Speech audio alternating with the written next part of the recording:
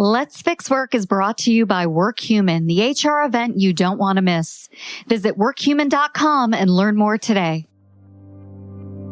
Hey everybody, welcome to Let's Fix Work. I'm Lori Rudiman.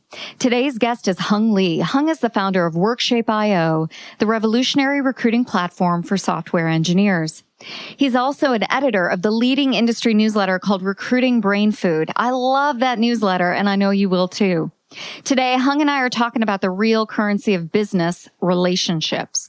Whether you're an entrepreneur just starting out or a seasoned careerist who's curious about hanging a shingle, Hung and I have an honest chat about work, mental health, entrepreneurship, and what it takes to actually make a sale. Spoiler alert, it's really hard to sell stuff. So if you're interested in all that, sit tight and I'll be right back with Hung Lee and more Let's Fix Work.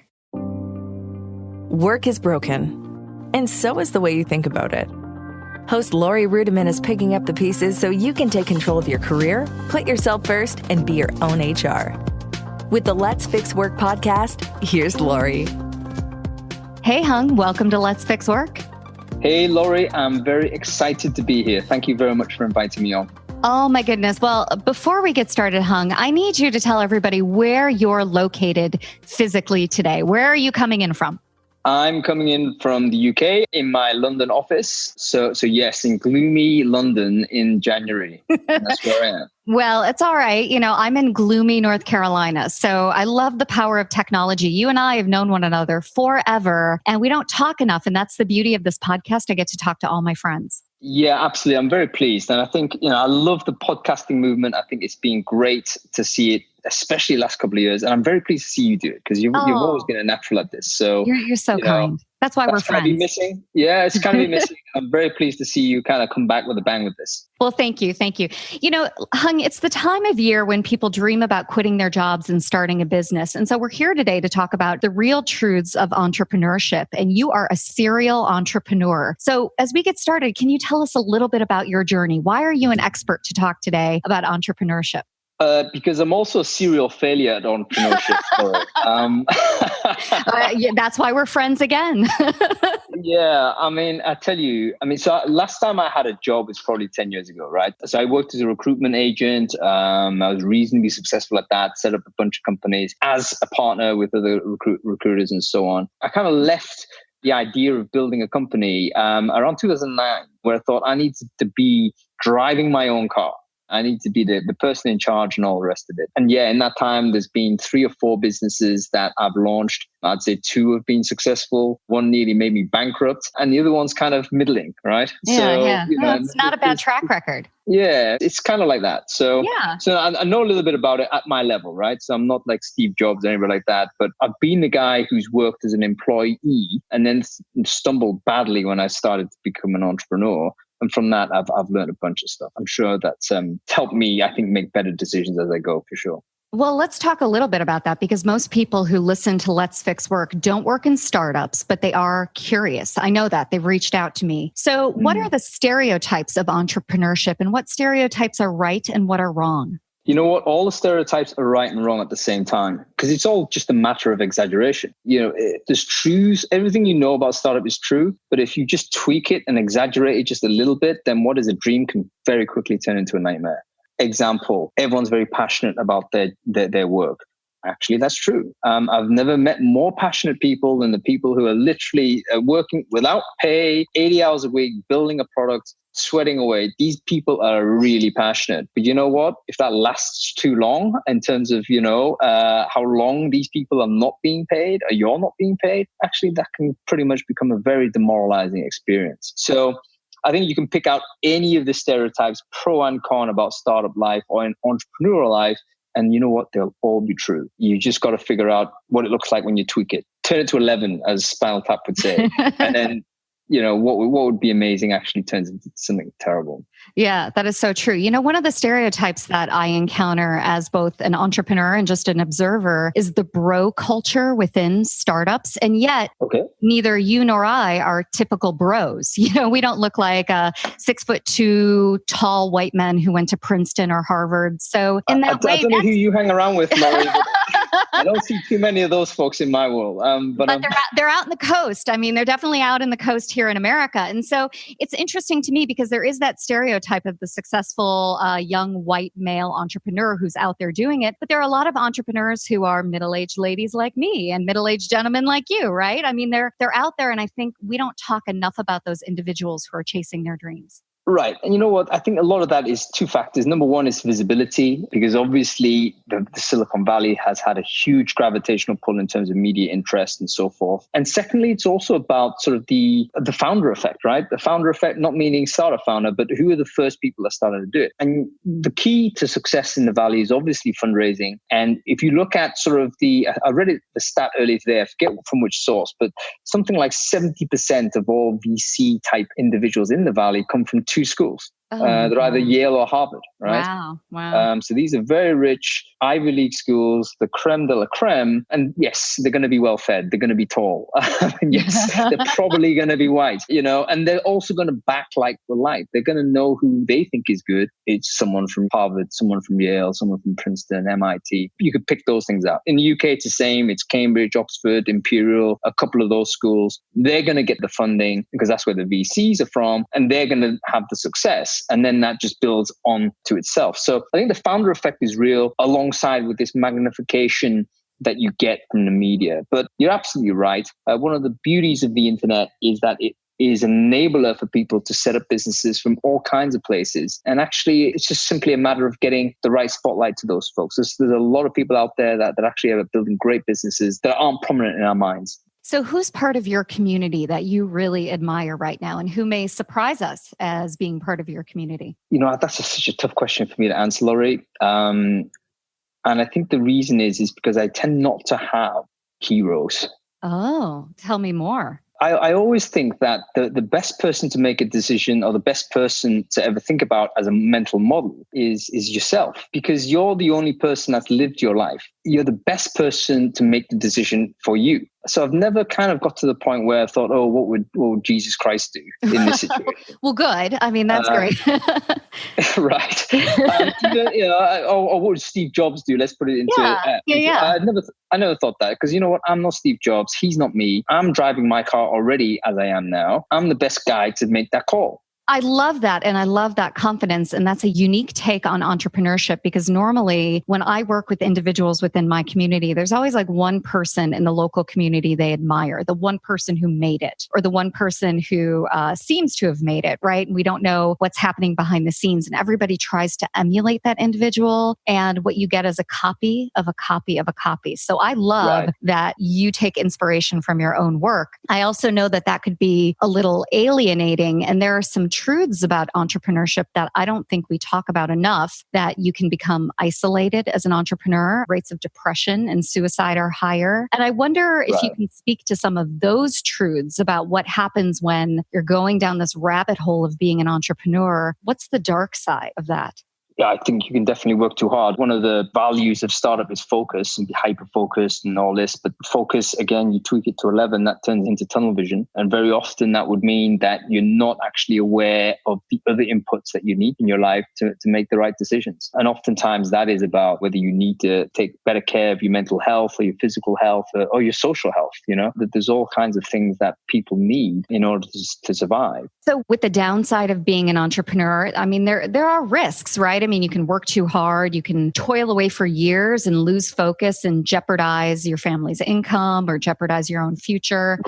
Right. What makes it worth it to you? Because there's downside to everything, but what's the upside of entrepreneurship? Why do you do what you do and you don't go back to corporate life? Yeah, I mean, it is the sense of free action. I mean, you are beholden to yourself, and maybe that's a little bit of my personality here also. I'm very certain that there's certain people that probably are not well suited to this type of operating. From a biographical point of view, it just occurred to me, one thing that is probably been decisive for me is my very first entrepreneurial endeavor was the worst failure, right? In the sense that it took me about 18 months to figure out I was about to go bankrupt. Can you tell us what it was? What were you working on? Well, I didn't have an idea, right? I just thought I'd quit and be smart. And then all right, amazing things would happen as a result of that. So about 18 months in, you weren't You weren't on the right track? Not at all. So this is the idea of, okay, the social web was happening. I needed to figure out what that meant for the recruitment world. And if I could figure that out, then maybe I'd be able to sell some sort of consultancy services to companies that wanted to see around the corner and position themselves and future-proof themselves for this coming world. But I couldn't figure out I didn't have the right business model for it. The revenue model wasn't right. So I spent a lot of time having conversations with lots of prospects who were all super interested, and this is all great, but I couldn't get that check written.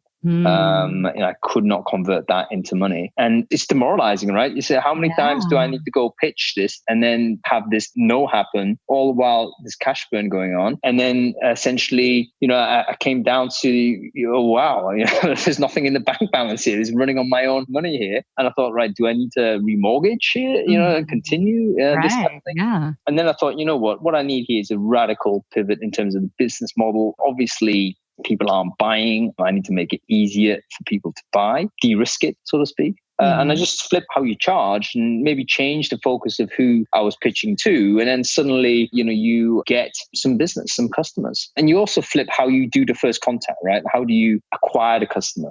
Because amazingly, I worked 10 years as a recruiter. You should at that time know how to do customer acquisition. But let me tell you, it's a totally different show when you're running it by yourself because you don't have a salary. Customer acquisition, when you're getting paid a regular salary, means you do activities ABC. Customer acquisition, when you have zero salary, means you do XYZ. They're two different types of things you need to deploy. How are they different? Because I'm curious. There are a lot of people out there who listen and would love to be a consultant or have some sort of idea. And they've done business development or they've done sales within a business where they've gotten a paycheck or maybe a commission statement for 20 years. And you're right. That moment that you're out on your own and you're selling yourself or your idea is completely different. So what do you think the differences were? And how did you have to change your approach to market?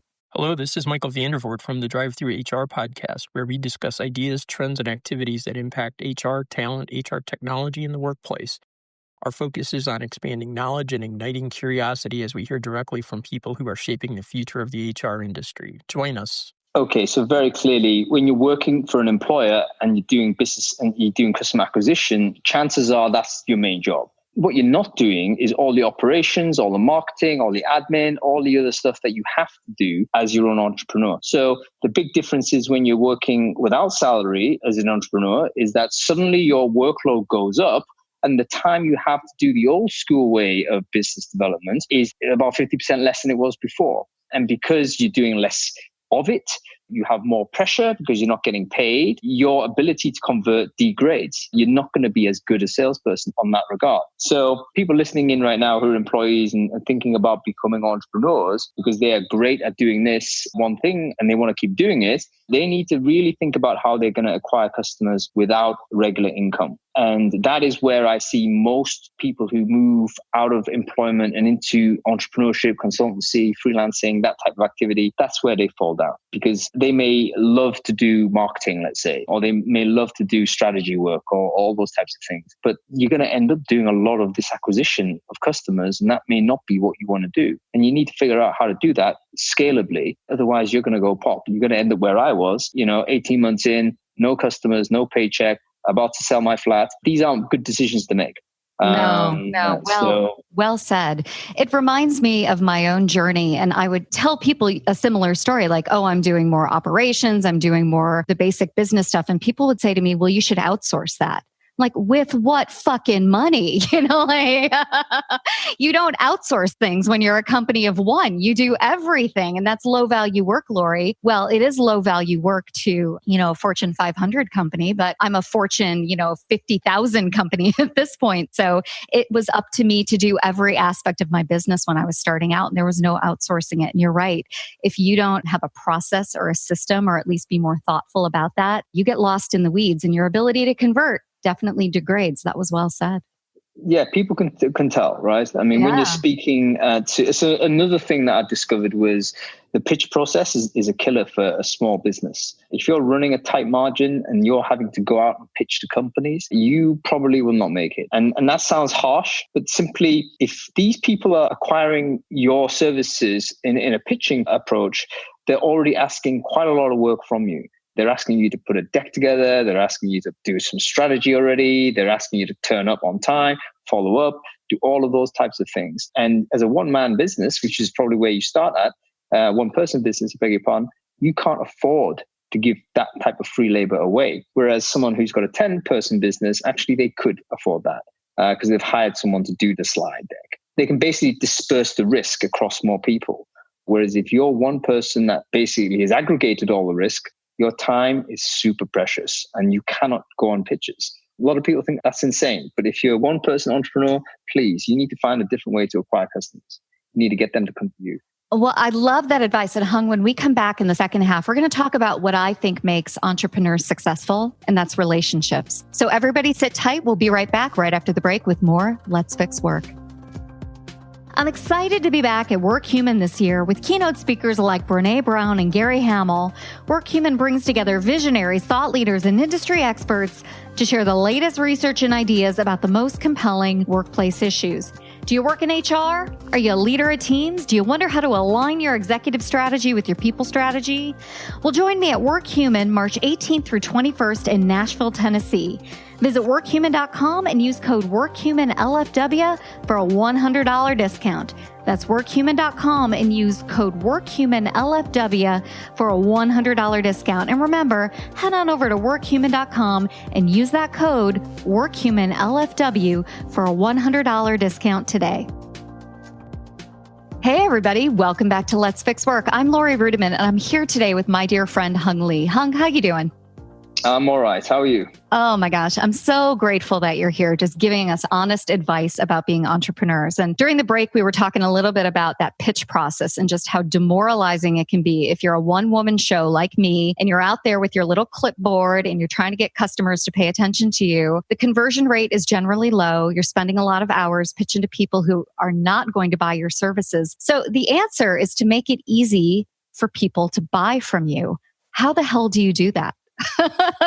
Well, there's two things. I think firstly, they need to discover you very easily. So one part of customer acquisition is the discovery process. It's typically buyer and seller just don't know each other. So how can you do that? Standard way to do it would be, go get a mailing list or go get a bunch of phone numbers and do outbound. Now, when you do outbound, if that's your first encounter with a customer, your success rate in converting that business is going to be close to zero. And there's a whole load of reasons about that. But to boil it down into a couple, which are relevant, is number one, people have familiarity bias. That's one of the core cognitive biases that drive human evolution. In other words, we are terrified of things that we don't know. And if we don't know you as a supplier or don't know your brand as a business, we default to no. The default is no, and it's at a very high percentage default to no. So you're not even going to get a chance to pitch your amazing service or product because I don't know who the hell you are. The second problem you have is that you've got no credibility. So even if I spend time and say, okay, I'll give this Lori a chance, she seems okay, then I look at your background and actually I'm the first customer or the third customer or however it is. I don't see enough background there. Again, that's a risk factor. Another social bias would be called social proof. You don't have that, so you're out. So most new businesses, when they do the outbound approach, they can't overcome those first two problems, which is basically familiarity bias and social proof. Well, that's incredibly depressing. The outbound doesn't work, right? We're not going to pick up the phone and cold call a bunch of prospects. So what are we going to do to make it easy for people to buy from us? You have to reverse the flow of information, Laura. So if you think about where your energy is going when you're doing outbound, you are going and pushing information out. So it's like push. What you need to do is pull it towards you. And you do that by trying to create, I would say, spaces, either physical or digital spaces, where your audience can actually come and explore some of the topics that are interesting or important to them.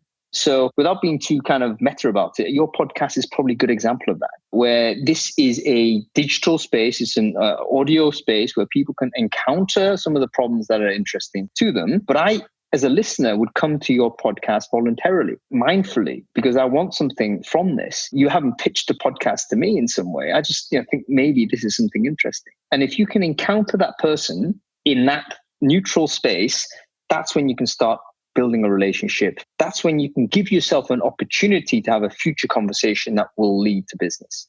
having said a lot of that, it's basically inbound marketing. Right? So I love it. We just got a masterclass in inbound marketing though. And Hung, you also do something that's just so elegant and so smart, and that is your newsletter. And I don't say that very often about a newsletter, but you have created a work of art where you're sharing, I wouldn't use the word thought leadership because that word is overstated, but really key opinions, smart advice, just good stuff that people should consume. So can you tell us about the newsletter and your thoughts and your thinking behind creating that? Right. So the newsletter itself is an example of what I mean. So it's a newsletter called Recruiting Brainfood. And the genesis of this was I realized that there's a lot of great recruiting content or content addressing recruiting and talent in general on the internet, but it's just extremely difficult to discover because there's so much crap out there as well. So there's a huge signal to noise problem. And guess what? Everyone has this problem. So I just, for my own personal use, I started bookmarking and collecting some of the great stuff that I found because you can't always consume it as on the point of discovery.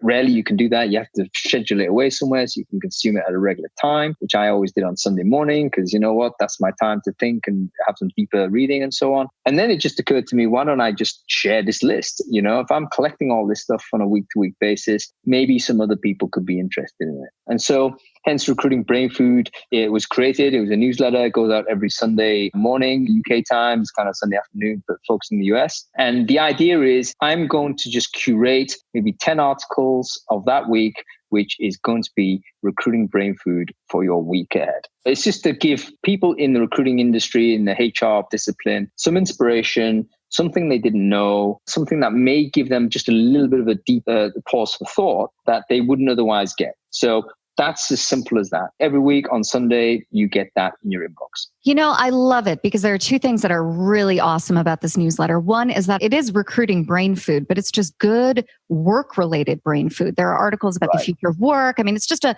very diverse set of articles that you send. And the second cool thing you do is that you give credit where credit is due. If you find an article from someone, you cite that person. And I wonder what the psychology is behind that. Oh, I mean, I just think that's right. There's no strategy behind that other than the fact that's just true justice, I would say. One of the things that people have noticed and have commented to say, Hung, why don't you put any content from this mainstream business or this mainstream media supplier? That's a deliberate decision. Because my preference is to focus on the smaller, the independents, the boutiques, the individuals, the people that I think don't have the audience but should. So yeah, absolutely. I try to focus on folks that I think are saying and doing great things. If they feature, of course, they're going to get a shout out. And indeed, if people kind of, send me stuff, that another way my discovery process on content has totally changed because most of the brain food is now sent to me by the subscriber base. This is the power of inbound. We keep talking about it. Yes. It's great. They just share it with me, right? And if they're going to do that, then of course I'm going to give them a shout out. Yeah. What we're talking about really is the currency of life. It's relationships. And I see this playing out in your entrepreneurial journey. And it seems like you've always been good at cultivating relationships, but is that true? Were you good at the beginning of your entrepreneurial journey? Is this something that you were doing when you were a recruiter, or have you developed your skills as a relationship expert as you've built your businesses? Pace of change in the world of business is fast, and that drives incredible complexity for the world of human resources. Welcome to the HR Data Lab's Brown Bag Lunch, a series of conversations with experts inside and outside the world of human resources on how to innovate, measure, and evolve our practices. Our goal is to help provide you with practical examples of how HR has to change and to meet in this complex business environment. Every week, we'll talk to new and different voices on all aspects of human resources. And guess what? You get to chat with us live. Live? Live. So they can answer questions or they can ask us questions. They can ask, they can answer, whatever they want. They get to talk with us live. That's awesome. Sometimes we geek out on the data and technology that underlie the processes that drive the world of HR. But the conversations are always insightful and fun. So please enjoy the HR Data Lab's Brown Bag Lunch. I would say most people who have had success in recruitment probably have some ability to create relationships. And I've definitely learned how to get better at it. And I've learned from good friends, good friends that have taught me how to have a conversation where you're paying attention. I'll tell you a story, a very interesting story, actually. I've set myself up to massive pressure because it probably isn't that interesting. But I love it. We've got an audio engineer, and I'm going to make sure he leaves that in, that statement that you're going to tell us a great story. please do. So there's a friend of mine who was having a conversation with another friend of mine at this party. And friend A was having a very animated conversation with friend B. And friend B, God bless him, unfortunately, he's a profoundly boring person.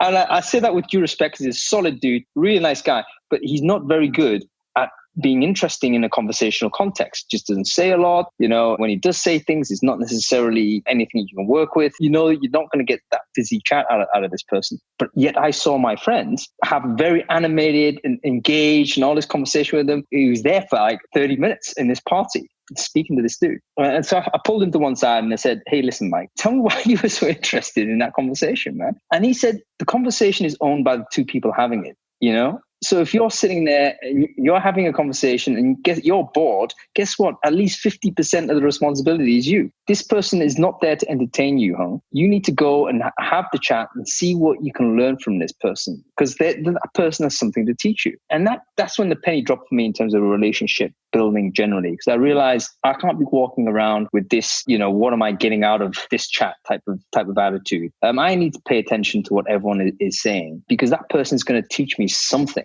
And inevitably, once you have that attitude and that mindset, then you know what? People open up to you in a way in which they previously wouldn't. No one likes to be judged. A lot of people fear that they're being judged, and that actually stops them from coming forward and saying stuff. But if you're there and you're present and you're paying attention and you want to learn from what this person's point of view is, you'd be amazed at how much they've got to offer. So I think that's one of the fundamental tenets of relationship building that I've learned. The two parties involved, they jointly own it. Hung, it reminds me of a story you told me when I was working on my startup, where before a friend of yours wrote a line of code, he went out and had lunch with people and he talked about his idea and he asked people what they were doing. And, I don't really remember the details of the story, but what stuck with me is that this individual was so committed. Do you remember the story? So committed to having these conversations before doing a line of work, like doing a lick of work. And it really impressed upon me the importance of conversations, asking good questions, and relationship building as the core fundamental infrastructure of my business. And it also reminded me of how wrong I was doing it because I'd written code at that point, right? And so I had all of this technical debt that I had assumed before I'd had any conversation with anybody. And I wonder, can you tell me more about that individual and refresh my memory about him and what he did? Because it was just such a moment for me in my journey as an entrepreneur. Well, relating specifically to technology, ultimately, 99% of all of the apps that are out there are not particularly innovative. They're just things that make things a little bit more efficient. So guilty. Yeah, 1%. And this is not to denigrate those apps. Those apps are what people use. There's probably 1% of technology businesses out there that are genuinely making world-changing, business-changing type of products. Most things are web apps, right, that are going to help you find a pet walker or something like that.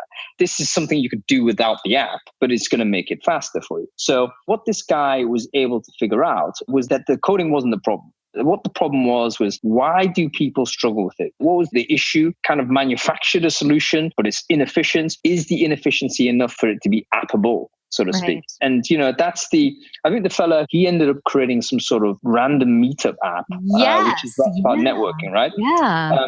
The central problem he identified was that networking is terrible, or at least, when we talk about networking, we have a vision of, all these people, ghastly people, of which we're one of the ghastly people, in a foyer somewhere looking at name tags and trying to figure out whether this person's worth time or not. So that's a horrible experience. And he just thought, look, there's no rich conversations taking place in that context. The best conversations you have with people you don't know tend to be a little bit more serendipitous. And so he basically created a randomized networking app where essentially the system would allocate you a person to have coffee with. And you would just commit to have a coffee at a certain point in the week at a regular time, just show up, and some other person would show up, kind of like dating, but not, because the person would just show up and you could just have that chat. The good thing I think the reason why I shared that particular story with you is because he was literally just doing it on a spreadsheet. He had a website, looked like a nice website. You go through the workflow, you fill in a form, you do all of this type of stuff. It looked like automated stuff, but there was just a spreadsheet and he was doing a manual matching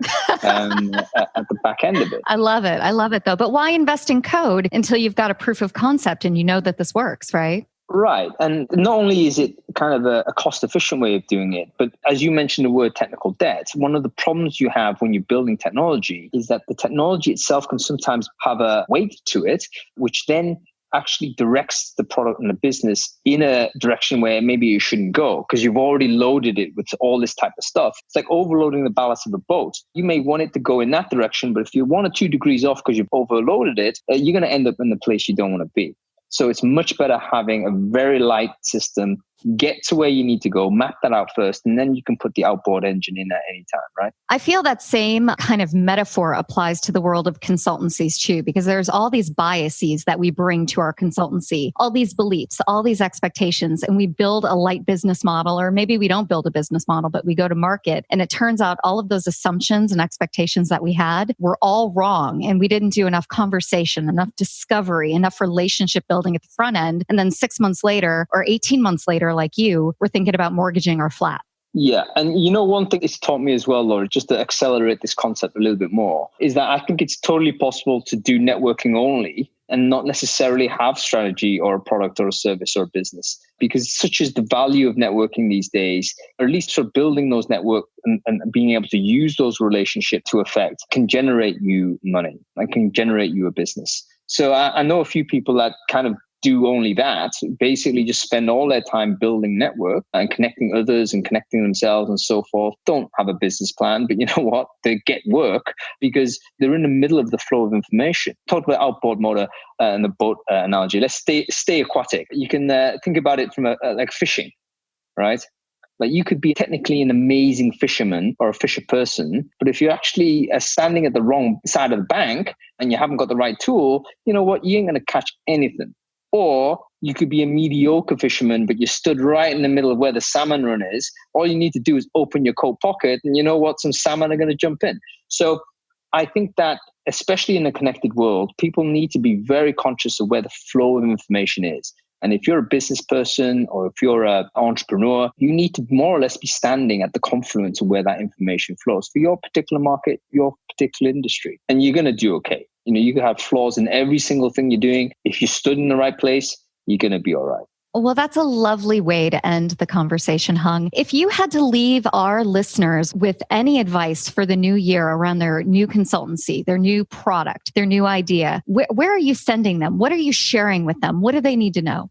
Okay, so if you're working in the recruiting space or whatever, of course, sign up to recruitingbrainfood.com. Get on that. That's going to help you simply because it's going to be some added value once per week. Very easy, low touch. A personal bit of advice for someone who's launching a business or an initiative, I would say be open with your journey and be open with it early. So in other words, one of the major problems I identify with business in general is that we tend not to advertise what we're doing until we've done it, because maybe we are fearful of advertising a potential failure, let's say. So we need to have the plan, we need to have the customers, we need to have all of this before we're even talking about what we're doing.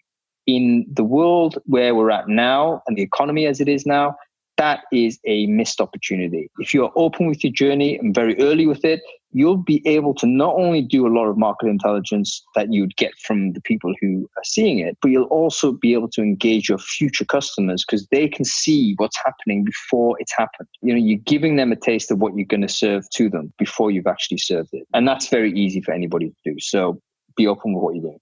It's really beautiful. Really well said. Hung, it was such a pleasure to have you on Let's Fix Work. We're going to include a link to all of your contact information and your awesome newsletter in the show notes. Thank you so much, not only for being a guest today, but just being my buddy, being my friend. It's really great. Laurie, I could do another one. Let's go and do another show. This needs to be a series. I love it. Well, Hung, I hope to see you sometime soon in 2019. And everybody, stick around. We'll be right back with more Let's Fix Work. 2019 is here, and I know you're thinking about building a better life and a better career. If you've been curious about podcasting, I've got some information that can be helpful for you to connect with employees, build a business, improve your brand, make more money, or connect on a deeper level with potential clients. I want to encourage you to apply for Danny Osmond's Podcast Supercharger course. Who's Danny Osmond? Oh my God, this guy is a lifesaver. I have been through 4 podcast producers, and Danny is helping me clean up, kick butt and take names with Let's Fix Work. He's super important to me. I've learned a ton about podcast production, and I can't say enough about how great it's been to work with him and learn from him. If you are ready to give up the struggle and create an amazing podcast in the year ahead, then apply today for Danny's live podcast supercharger program. For 6 weeks from February through March 2019, he's working deeply with just a handful of students who are determined to start a podcast and finally see the results they know they deserve. To find out more about the Podcast Supercharger course and register, go to the Podcast Supercharger link in the show notes. Applications are being reviewed as they come in, and spots will fill on a first-come, first-served basis. So go create an amazing podcast, join Team Podcaster, and hang out with Danny and learn something new in 2019. Hey, everybody. Welcome back. I hope you enjoyed my conversation with Hung Lee. If you want to learn more about him, connect, or sign up for his fabulous newsletter, Recruiting Brainfood, check out our show notes. Let's Fix Work was recorded in London and Raleigh this week and produced by Emerald City Productions in Nashville, Tennessee. It takes a village to get this show on the air, and the mayor of that village is Danny Osmond. He makes the show sound great, and I'm really grateful.